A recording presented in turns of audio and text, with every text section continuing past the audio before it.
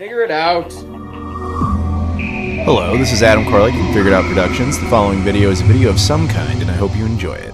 Hey guys, it's Adam here, and today we're going to be talking about this. This is the Sega Saturn Pro controller by Retrobit. Now before we do that though, if you guys could do me a favor, please like this video, comment down below, and subscribe if you've never done that before, as well as check out all my social media stuff in the description. I've got Twitter, Instagram, Facebook, Discord, Patreon, Spreadshirt, my travel channel. I appreciate the support on all those platforms. You can go into the Discord, hang out with the community. You can follow me on these platforms so you can get new video notifications when they come out. You can support me on Patreon so that I'm able to keep making videos for you guys. I appreciate all that. You can also check out my travel channel where you just see other slice of life of how else I do things and where I'm at. And if you want to buy merch, I think it's actually available now, like right below the video, now that Spreadshirt like integrated. Anyway, this is an option. So you can get merch, like t-shirts, mugs, whatever that stuff. I don't know, that's up to you. Anyway, we're gonna go ahead and talk. So, the Sega Saturn Pro controller by Retrobit. First of all, huge shout out here to StoneAgeGamer.com. They were cool enough to send this to me for free for the purposes of review. And so if you like it or any of the other stuff that they have, I will put a link in the description. You can check it out. And that's, you know, just a huge shout out to them because they didn't have to do this, but they did it anyway. So thank you very much. And now we get to talk about it. But before we do that, there is one thing that's a huge asterisk to anybody out there who knows what this controller is and is like, this video is a little late. Yes, this controller has actually been out for quite a few months now, and a lot of the reviews on it are based on earliest firmware within the controller, and rightly so. To people who had criticisms, there were a lot of issues with the older firmware.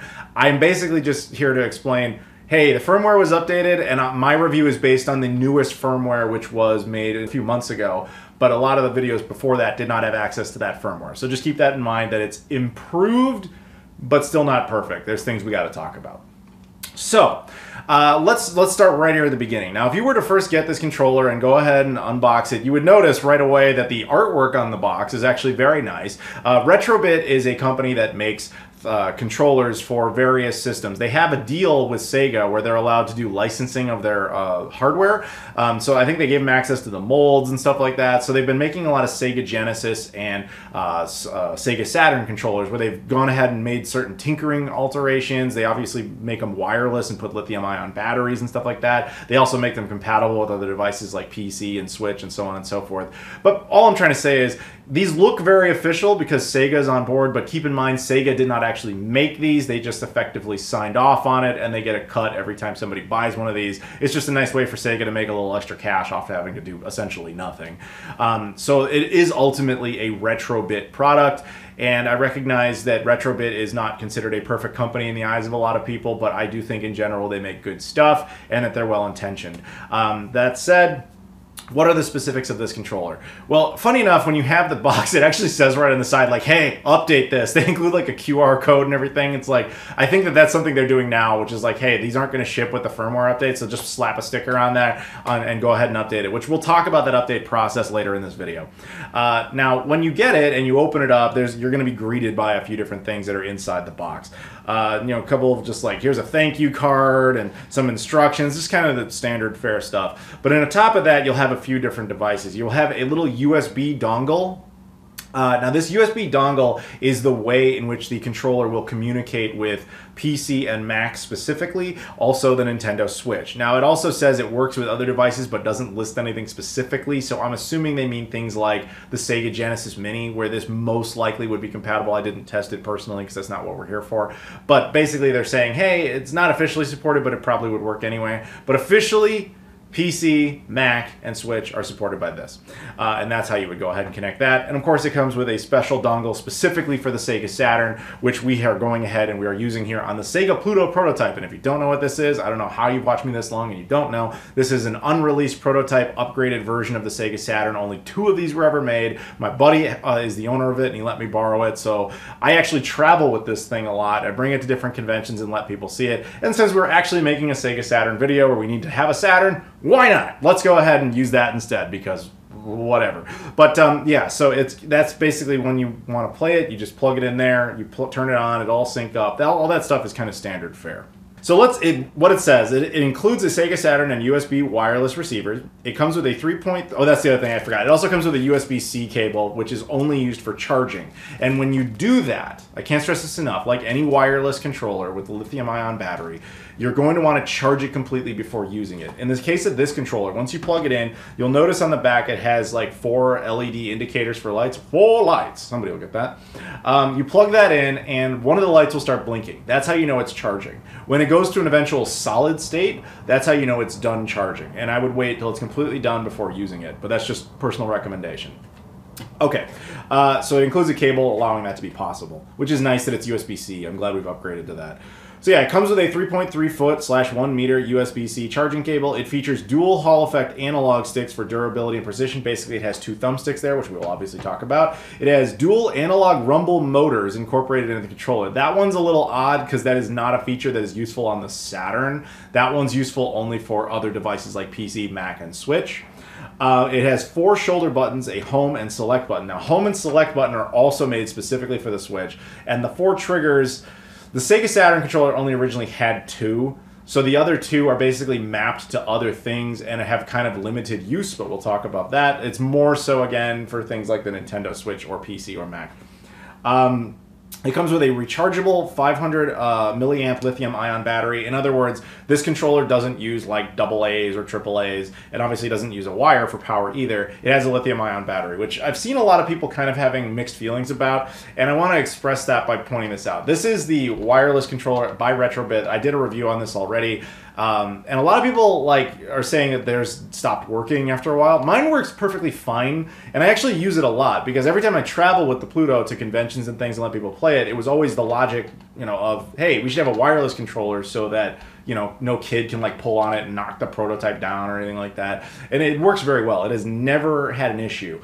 That said, it is still ultimately a lithium-ion battery, so at some point that battery will likely fail. And it's much harder to replace a lithium-ion battery because they're not exactly a standard thing you can just buy down the street, whereas you can with AA's. But I personally hate AA, AAA batteries. I personally prefer lithium-ion, but it's not like I'm going to tell you it's a flawless technology. That said, this one works fine, and this controller is in a lot of ways an improvement over it. But that said, yeah, I also did a review on this if you want to check it out. But all I'm trying to make my point there is that lithium-ion batteries so far have served me pretty well. And they also exist in things like, your Xbox Series X controller, if you have the right pack. The PS5 controller does that. It's not new tech. It is compatible with the Sega Saturn, obviously, and then, as I said, compatible with PC, Mac, and USB devices, potentially like the Sega Genesis Mini. It has up to 30 foot / 10 meters of wireless range. That is the stuff that they are self-promoting. So after knowing all that, how does the controller actually fare? Well, let's take a look at it. Now you'll notice I mentioned a few times that this thing is really kind of compatible with the Switch because it has a lot of buttons that really feel like they're there just to be for the Switch. I mean, the home and select button are pretty much literally only there for that. So the value add, when you look at it, it's very much based on this model of the controller, which I believe is the Model 1 that Japan got, and it was our Model 2 because the originally Saturn had a different model design over here. Kind of like the original Xbox where they switched it like halfway through. They went with that. And they decided to make a few different changes to it. Obviously, the shape of it is a little bit different because it has to account for the thumbsticks and the triggers, the extra triggers. So I would mostly disregard the Nintendo Switch buttons. We're going to approach this as if it is a Sega Saturn controller primarily. The initial triggers, shall we call them the L1 and the R1, are basically just replicate the original buttons. So the extra triggers replicate effectively button combinations, and it's already pre-programmed. So in my experience in playing with this for a while, most games didn't really do anything with this. In fact, the only game I noticed immediately did was Radiant Silvergun. When I was playing that for a while, that actually was like, I don't remember if it was the left one or the right one, but I pressed it, and then the ship did an extra attack that it doesn't normally do. So it was one that can only be done by a combination of things. In some games, apparently, that's useful for things like strafing left and right. I think Virtual On, for example, is one of those. But in most cases, those extra triggers don't do much of anything. So don't think of them as like, oh, I have 2 triggers up there, so they're like the exact same mapping. It's just which one is more comfortable. No, they perform different functions. So keep that in mind. Obviously, it is wireless, as we've discussed, which is a big value add over a wired controller as far as convenience. However, it does have the obvious disadvantage that a wireless controller requires power and a wired controller does not. But then the most obvious and most significant reason why anybody might want this is the thumbsticks. So I need to go off on a little tangent to best explain why I think these are here. This is the Brawler Gen. Now, I did a video on this, I want to say a couple of years ago. This is a completely different controller by Retro Fighters. It has nothing to do with anything here. Now, why am I bringing it up? When this controller came out, it marketed itself as a Sega Genesis controller that was more ergonomic, more modern, and was, you know, the best way to play the Genesis. It also technically, and it makes it very clear at the very end, like you have a Genesis controller port. It also had a Sega Saturn dongle at the end. So you could just, as a bonus, you can throw it in your Saturn. I remember playing with it, and my review at the time, and I stand by this, was that it felt way more like a Sega Saturn controller. It felt like they built this for the Sega Saturn and then just marketed it for the Genesis because they were like, well, the Genesis is a more popular system and I don't think people really want to buy it for the Saturn. Then ironically, they went ahead and made like a nice new color design that was based on the Saturn Japanese controller. So I think they figured out that the controller was much better for that. Part of the reason it was better for that, not only was it more ergonomic and comfortable, it was this left thumbstick. Now, the Sega Saturn and the majority of its controllers did not, as you can see, have a thumbstick. That's not how it was designed. There was the Knights 3D controller, which was like a prototypey Dreamcast controller almost, but very few games actually took advantage of that specifically. Knights was one of them, obviously. And I never liked that controller to begin with. Funny enough, I didn't like its thumbstick. This, all they did was duplicate the mapping. And the thumbstick was much more precise. And I remember when I first tried it, and I was playing, like, I think it was like Daytona USA. And I'm driving around, I'm like, dude, this opens the game up. Like, this opens up the system. It just felt like such a smoother, nicer experience. I felt like I had never experienced the Saturn that way before, based on how nice the thumbstick was. And it just made it easier to control. And I was constantly favoring it over the D-pad. So that actually, like, this became, and still is, the de facto controller. When I really want to sit down and play Saturn, like actually spend time with it, I want to use this because of that thumbstick. So when this controller came along and we're like, we're going to have a thumbstick too, I was like, sweet, because then it's more of the original shape, it's obviously wireless, and it's got my thumbstick, this is going to be great. So as I understand it, when it came out, the original firmware on this kind of botched it, and I only played it a little bit before I updated it, and it wasn't great. So when I did do the firmware update, it definitely improved, but I have to be honest, I tried the exact same test. I sat down and I played Daytona USA with this controller, and the thumbstick was just nowhere near as precise as the D-pad, and I kept favoring getting away from it and using the D-pad, thus defeating the point of the thumbstick even being there.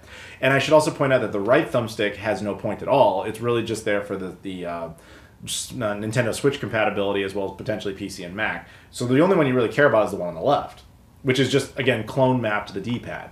Now, what I'm trying to say is, in the current firmware, it has been improved over what it was, but they need another firmware update at least to at least match this level of success, in my opinion. And even then, I still prefer the comfortability of this, because the thumbstick on this feels like, you know, significant. It feels like it's noticeable, it's beefy. This one feels like the nub on the PSP almost, a little bit more intense than that. And it just kind of feels a little wimpy in that regard. That's the only way I could put it. When it's in my hands, it feels a little wimpy. So I don't favor it. I end up favoring the D-pad. And if that's the case, there's not much of a reason to use this over, say, this version or a wired one, which kind of disappoints me. I wish it wasn't like that. Now, the controller itself, the plastic feels solid. It feels heavy. It feels like there's real weight to it. I just question the choice of nubs as opposed to like a nice thumbstick. But aside from that, you know, it's been a relatively solid controller. I just question some of the choices, and I do think firmware updates can at least fix some of the issues regarding it being pristine, you know, like or precise, I should say, as far as its controllability.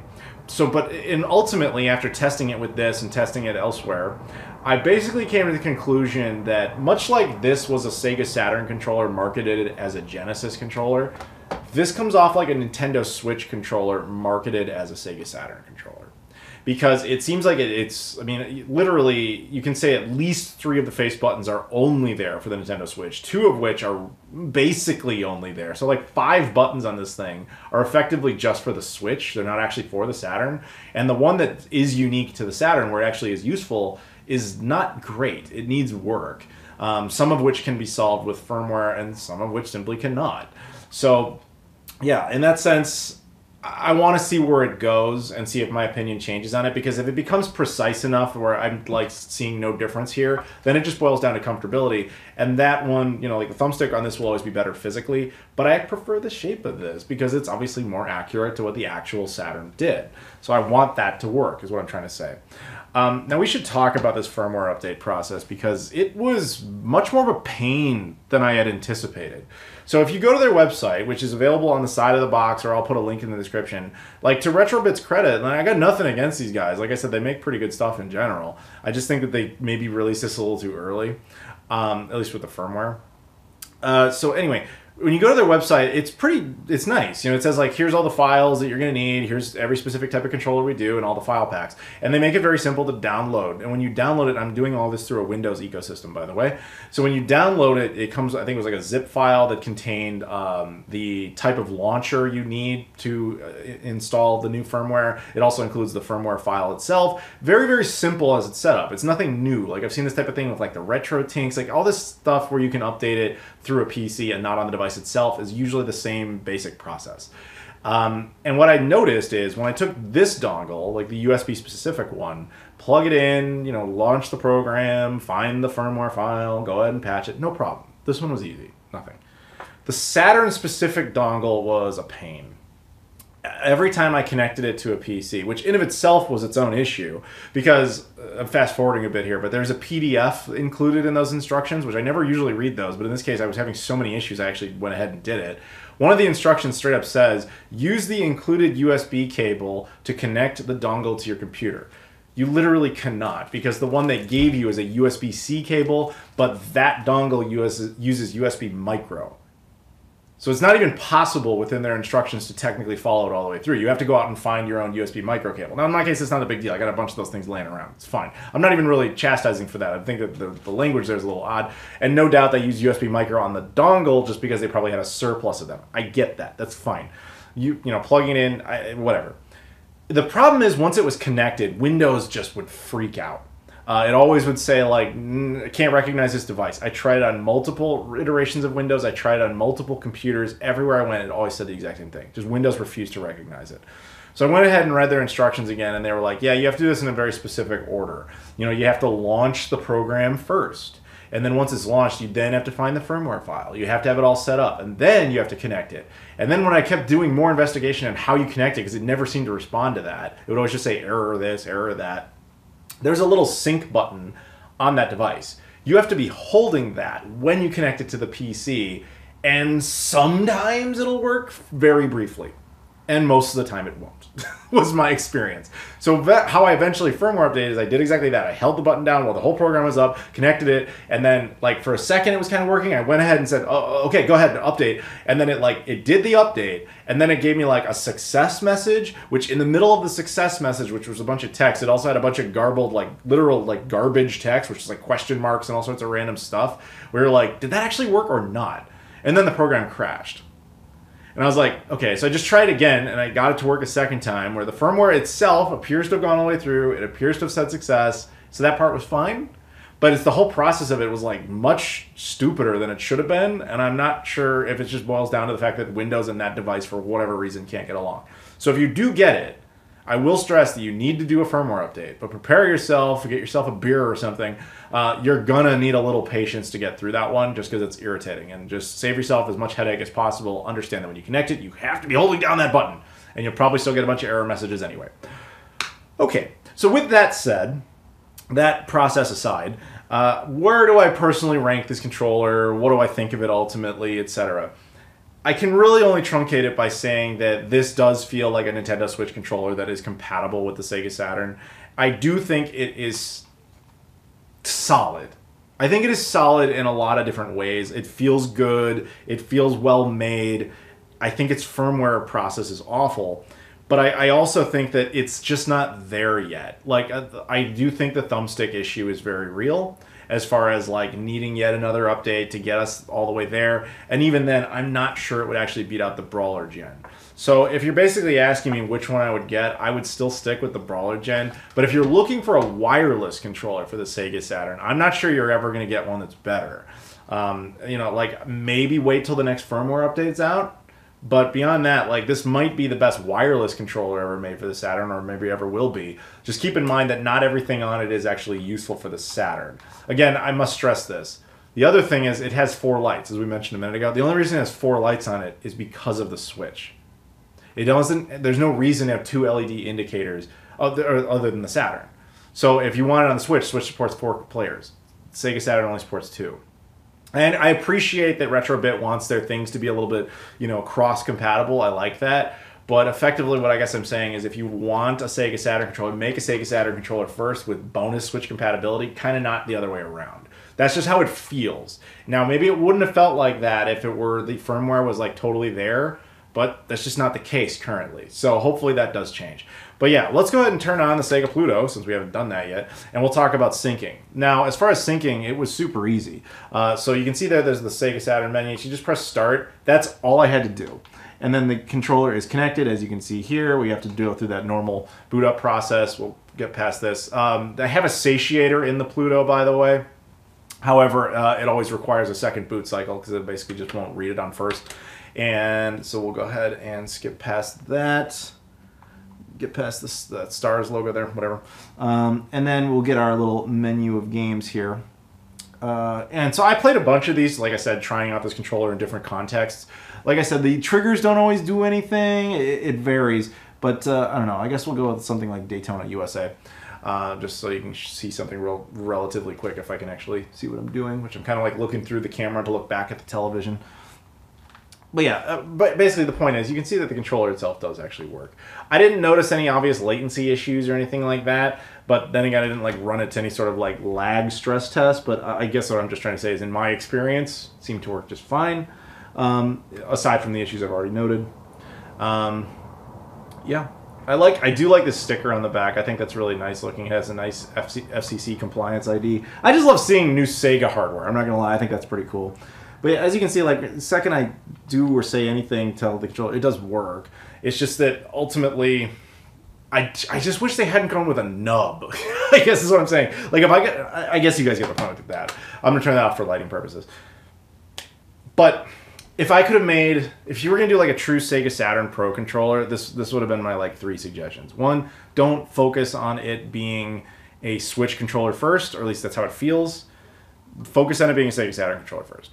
Second, I would say you need a more significant thumbstick, just so it doesn't feel like such a bonus feature. Like, I know technically that's what it is. It's not like the Sega Saturn, aside from the Knights 3D controller, really was intended to use a thumbstick, but I'm telling you, based on the Brawler Gen, that system really opens up with a good thumbstick that's mapped perfectly to the D-pad.